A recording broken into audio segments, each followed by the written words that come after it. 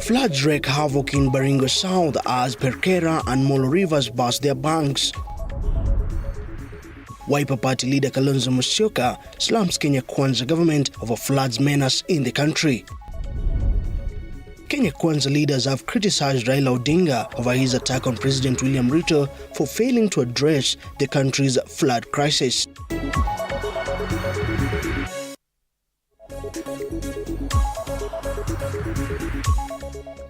Good afternoon from the country's capital. This is TV 47 News Now.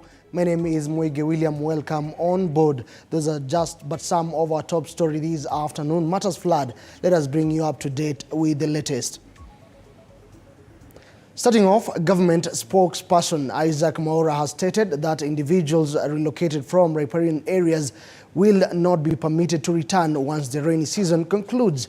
This announcement coincides with the ongoing demolition of structures in riparian zones, notably in areas like Mukuru kwa Ruben here in Nairobi, and also Mwaura highlighted that a concerning escalation in the number of flood-affected individuals, which has surged from 195 to 212. Tragically, the death toll resulting from these floods has reached 228.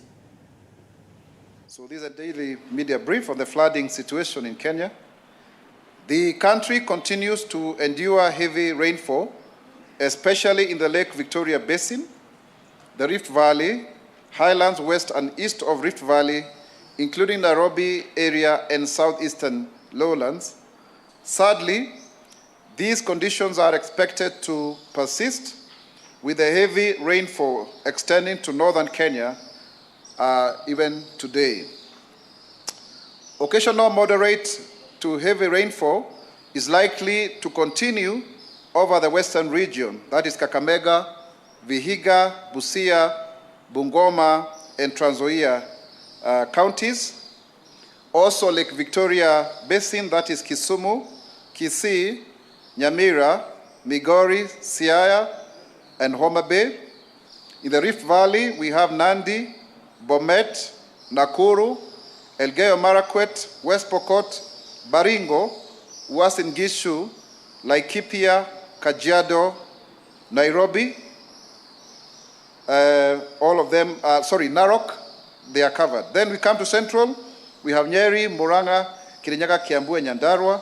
And then Eastern, we have Machakos, Embu, Tharaka Nithi, Meru, Makueni, and Kitui. So you can see the whole of that, and Nairobi also, which is the most affected. The coastal strip, Kwale, Mombasa, Kilifi, and Lamu, there is expected to have heavy rainfall because Cyclone Hidaya has already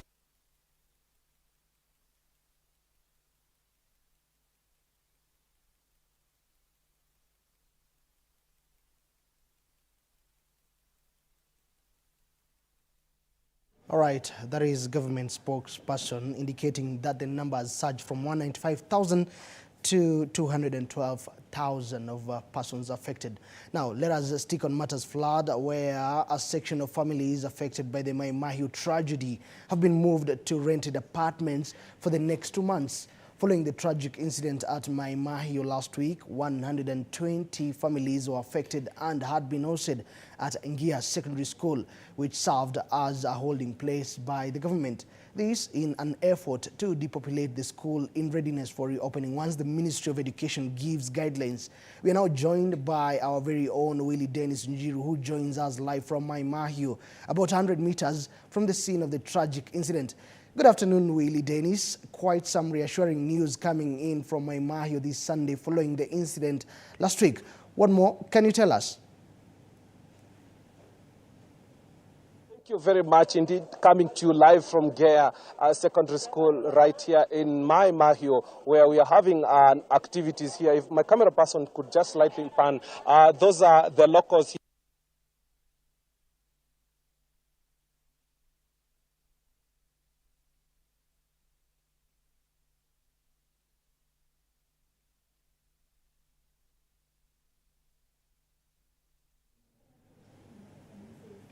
All right, Willie, we will try getting back to you so that you can bring us up to speed on what is happening in Naivasha. But even as we try to reach Willis, let us switch gears and head to Baringo, whereby Loingewan village that is in Baringo South has fallen victim to the raging floods sweeping across the flood-prone region. The village found itself marooned on Saturday night as heavy rains caused the Perkera and Molo rivers to burst their banks, displacing dozens of families. Dozens of acres of maize plantation have been submerged, resulting in a significant agricultural loss. A joint rescue mission is currently underway with the teams from the Red Cross, the county government and the national government collaborating to evacuate stranded residents. According to Red Cross estimates, that is, over 500 people have been affected by the floods. This incident underscores the ongoing struggle that many parts of Kenya face due to seasonal floods.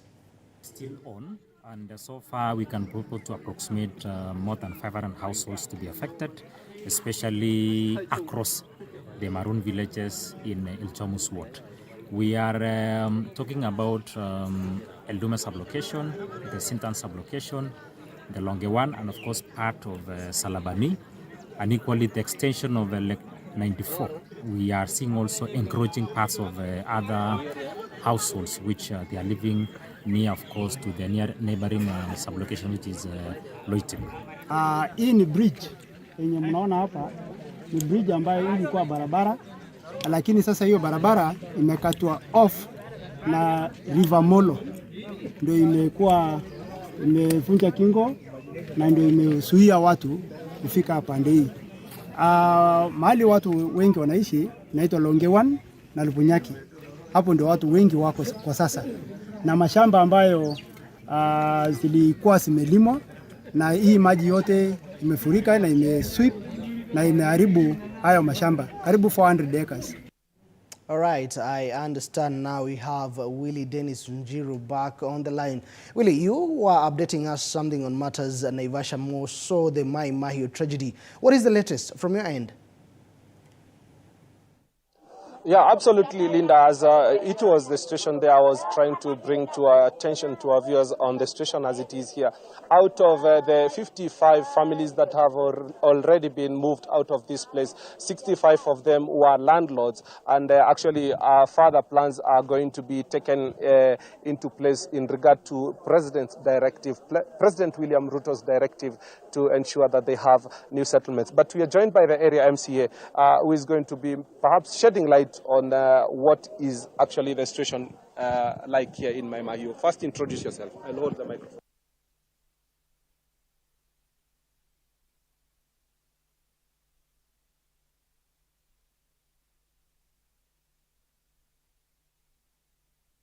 All right, some challenges there in Naivasha. And just for the record, it's William, not Linda, on a light note.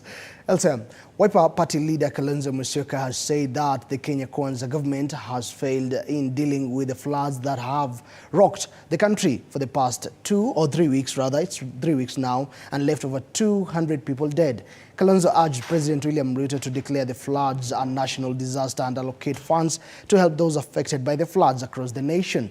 Speaking in Mombasa during the consecration party of Bishop Joseph Maweu and Reverend Agnes Maweu at Redeemed Church in Magongo, Kalonzo defended Raila's criticism of the failure by Ruto's government to aid the families affected by floods in Mukuru, Kwanjenga, and say that they stand with him as an Azimio leader. We have to be more practical. Declare a national disaster. Kama tunavyozungumza watu 219 wamekufa maji. Wale ambao wameathirika ni zaidi ya watu 300,000. Hawana makao. Na jana tulikuwa na ndugu Raila kule upande wa Mukuru in Embakasi South. Kasema msibomolee watu. Imagine unabomolea watu manyumba saa hii. Tuwaombe. To take into account, we have lost over 219 lives and thousands of families are affected by the flooding. So as Mheshimiwa Ojien tried to explain, if this is declared a national disaster, which it is, even if they declare it or not, but the beauty about declaring it a national disaster is it draws partnership response. Our international partners and local partners will all come to help the people. Because look at the families, for example, of the 10 or so people who died in Sultan Ahmad because of that Solen River. They have left behind families, and those families will need a lot of support. Look at the tragedy in my Mahio. The dam, we still suspect there could be people who are still covered under the mud and whatever. And so as our defense forces and others try to work, because it's the time the country really should be seen to work together. Still on that, leaders from Kenya Kwanza have come out guns blazing to criticize the opposition leader, Raila Odinga, over his remarks on Saturday that President William Ruto had failed to address the country's flood crisis. The leaders, led by the majority leader of the National Assembly, Kimani Ichung'wah, and Senate Majority Leader Aaron Cheruiyot, have slammed Raila for the comments he made with other leaders of the Azimio coalition during their visit to Nairobi's Mukuru-Kwenjenga neighborhood.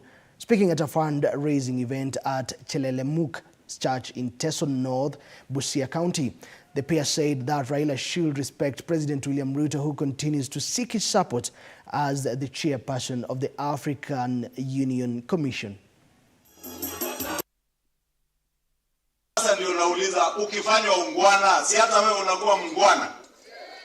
Sasa nimesikia mzee Raila jana, na mimi nasema tumuombee. Tumuombee baba, sababu sio mapenzi yake. Najua alitoka safari, alikuwa huko Dubai, na alikutana na watu wengine huko Dubai. Na wale alikutana nao Dubai, ndio wanampoteza Raila Odinga. Walimdanganya watamfanya rais, hawakumfanya rais. We want to tell Raila Odinga, please be a decent gentleman.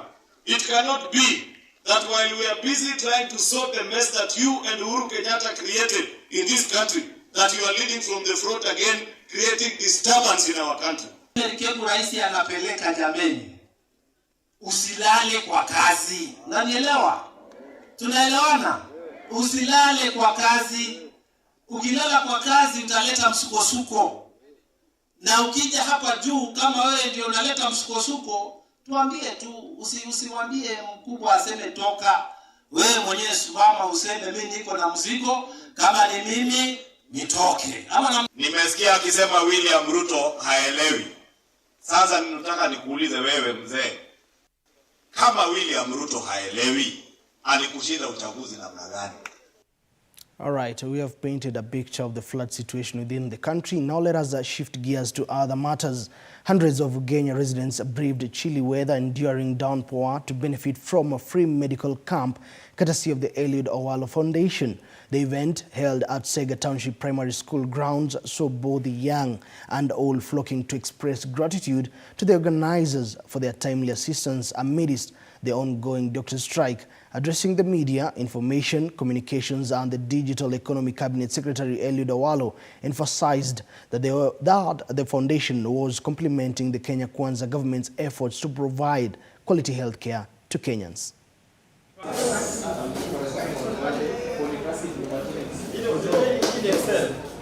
Here, as Eliud Owalo Foundation, to sponsor a free medical camp while working in partnership with several other players, including the Ministry of Health itself, ably represented here by the Director General of Health, Dr. Moth. We also have here the Director of KMTC, Dr. Kelly Olwach, and several other doctors and partners from the private sector to facilitate this medical camp. As you are aware, it is a planting season and also a weeding season in equal measure. But people can't go to the farm when they are sick. That's why we felt it is imperative that we organize this medical camp. We organize this medical camp so that all those who are sick can get treatment, and then we all go to the farm so that we can enhance the productivity levels and have adequate food in homes at the end of the harvesting season. So there are several ailments which will be attended to today by the team of doctors who are here. Dr. Moth will explain that. But as you are aware, as a Kenya Kwanza government, health is at the center of our plan. And is to start by thanking Waziri Eliud Owalo, CS for ICT, and Eliud Owalo Foundation for bringing this medical camp. This comes at a difficult moment for the country. We know the challenges that we have gone through in terms of the doctor's strike, but also now the heavy rains that we have had with flooding, putting the lives and health of the people at risk. Therefore, this camp comes at a good time to be able to address some of the ailments our people suffer from. Nimefurahia sana matibabu yenye kiongozi wetu Mr. Eliud Owalo ametuletea hapa Ugenya. Tunajua kwamba tunaenda kufaidika kwa sababu ukiangalia hapa watu wengi wenye wako hapa kwa laini ni wale ambao wajiwezi. Tunajua kwamba wamama, wazee wanaenda kupata matibabu na inaenda kubadilisha maisha ya wengine wetu ambao tumekuwa kwa vitanda, hatuwezi kuamka tukafanya kazi zetu. Tumeshukuru sana. Wacha Mungu akaendelee kumbariki. Noble cause it is. Teachers in Elgeyo Marakwet County are being urged to prioritize their health to enhance their performance in the education sector. Michael Nyambinya, the official responsible for teachers' employment under the Teachers Service Commission in the county, has highlighted the prevalence of chronic diseases among educators, impacting the effectiveness. During a recent event offering free medical examinations and treatment to teachers, Ronnie Kiprito, representing an organization providing insurance for educators, emphasized the alarming rates of conditions such as diabetes and cancer among teachers. Just like any other county in Kenya, ugonjwa pia whenever a teacher is sick, kuna ile kitu tunaita man hours lost. Juu kuna ile masaa angefaa kuwa anafunza watoto shuleni, lakini akiwa mgonjwa anakaa hospitali ama saa nyingine anapewa sick off, anakaa nyumbani. Hiyo wakati huwa hafunzi na watoto shuleni huwa wanaumia. That one affects our education very much. And we are encouraging the teachers to come for checkups. We know there are conditions that we may be facing, and we need our teachers to lead a healthy life, and it's important that they get checked from time to time. The teachers identify in due course or in due time what could be ailing them before it becomes worse. Most teachers spend most of their time standing in class and doing physical activities. We've seen most of them come to our facility with issues to do with their spines, the discs, etc., etc. We are here today for a medical camp which has been organized for teachers in this county, and the main objective of this camp is to demonstrate to the teachers in this county that the services are closer to them, help them in the registration process, show them and introduce them to the hospitals that we work with within this county and also beyond. In most cases we know hali ya mambo ya mwili, mambo ya magonjwa. Tunangojea mpaka wakati ule labda unapatwa na magonjwa ndio unaingia hospitali. Lakini kama hii unaweza kufahamu vile uko mapema, alafu ndio unaweza kupata kuwa referred to hospital. A group of youth from the organization known as Emerging Leaders Foundation has criticized the government over what they term as lack of responsibility in addressing the flood crisis in the country. They argue that there is a general lack of awareness among Kenyans on how to effectively manage such crises. Following a 3-day workshop on climate change in Bungoma town, the ELF leaders led by Robert Juma emphasized the importance of prevention over cure in dealing with such issues. They have called on the government to take proactive measures, particularly after weather forecast, and have raised concerns about the utilization of funds earmarked for dealing with El Nino rains in the country. The government needs to be proactive as opposed to reactive. When you look at the initial weatherman's report a few months back, they mentioned about the El Nino and funds were allocated. However, when that did not happen at that time, these funds, we don't know where they went to, we don't know how they were used. So I think it's high time that government becomes more proactive as opposed to reactive, and also ensuring that we are able to budget and allocate funds for such circumstances and unforeseen circumstances, and ensuring that these funds are, number one, there is public participation. We are able to do an audit of these funds, how they are used by the different counties and also by the national government. And thirdly, my call to even the different media houses. Growing up, I used to see weather forecast at the end of every news. Nowadays, that is no longer happening. So if the media team could also now start bringing us back the weather forecast program after the news, that would also go in handy in informing people and creating awareness to the different citizens.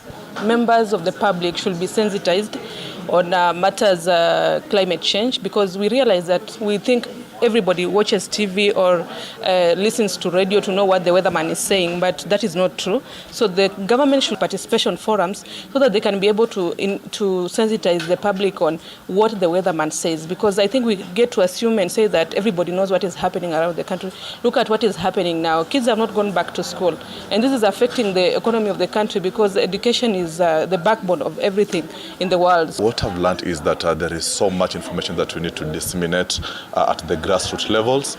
We need to really talk about the gender responsive budgeting, so that people can be aware of what you're talking about when it comes to that. All right.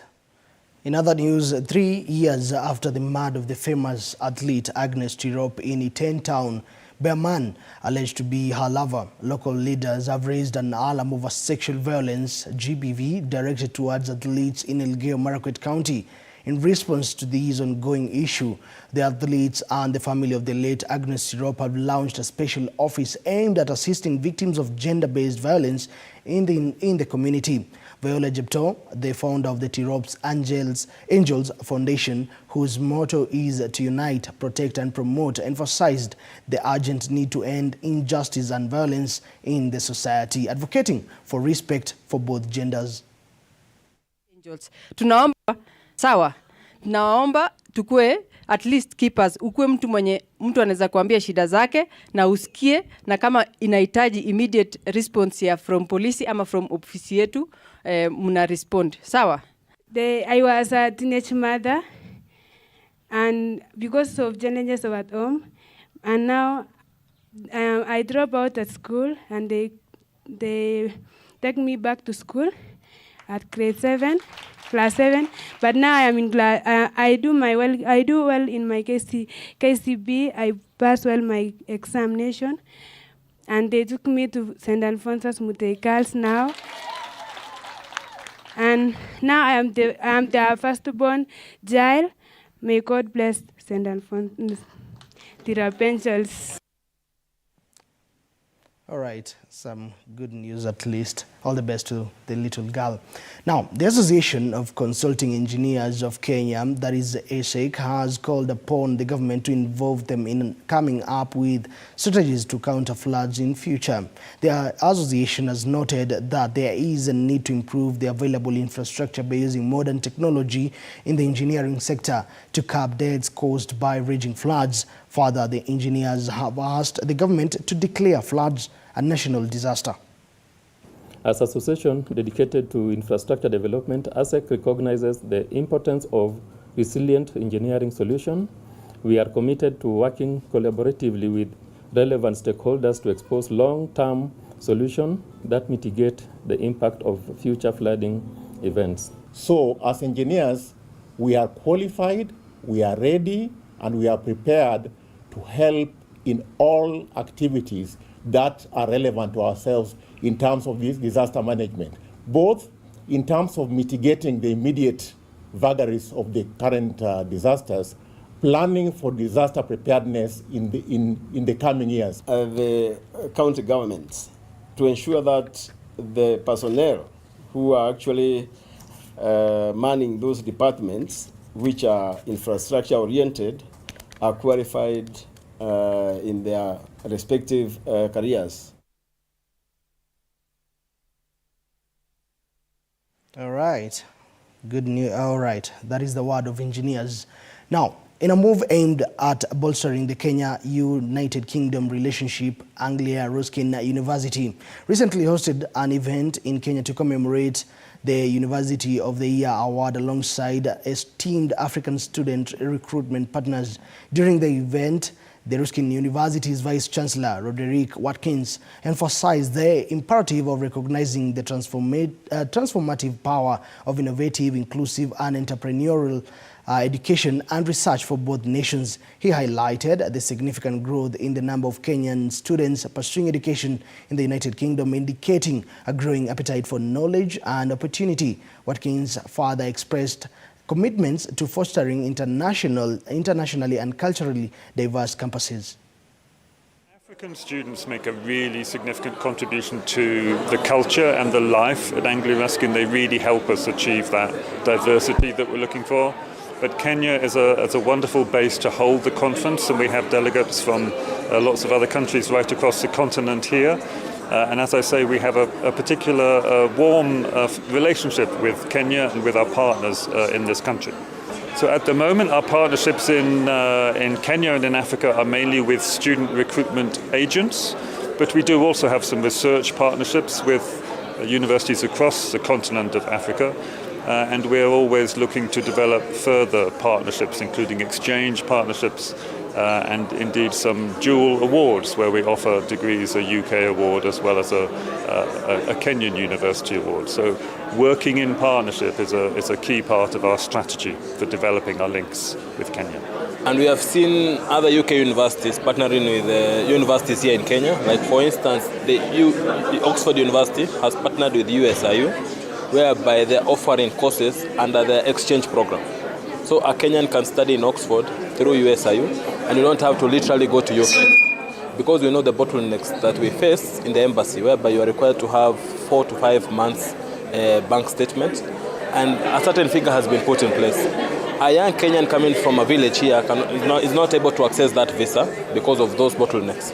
So the same thing that we have told ARU, to look for local universities here. They can partner with Kenyatta University, Nairobi University, and have that exchange program whereby I, Kevin Kere, can study in ARU, and I don't have to go to Peterborough in London for me to get to exercise that academics. Sometimes, if, for example, if a student do law in a country that is not accepted, maybe in the law society in Kenya, then it means that whatever they've done is in vain. You know, so I think there must be some policy put in place where maybe a link inside the government website for education or whatever institution, where they can even say this, if it is a course that is accredited, this particular accreditation from these countries are accepted in Kenya, so that they don't just do something, then when they come, if they want to get accreditation, they can't get it in Kenya because they don't recognize it. Over the years, African students, particularly from Ghana, Nigeria, Kenya, South Africa, Zimbabwe, have contributed massively to student development, research, in the UK, particularly at Anglia Ruskin. I mean, some of our alumni are now in various sectors contributing massively and doing amazing things with their various universities. Therefore, it gives us great pleasure and great honor to come and celebrate with our partners, with our colleagues, and as well with the community back home.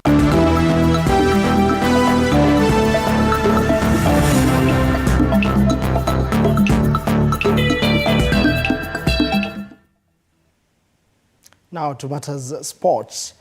The third round of the 2024 Europe Day Kenya Football Tournament is currently going on at Malindi High School in Kilifi County.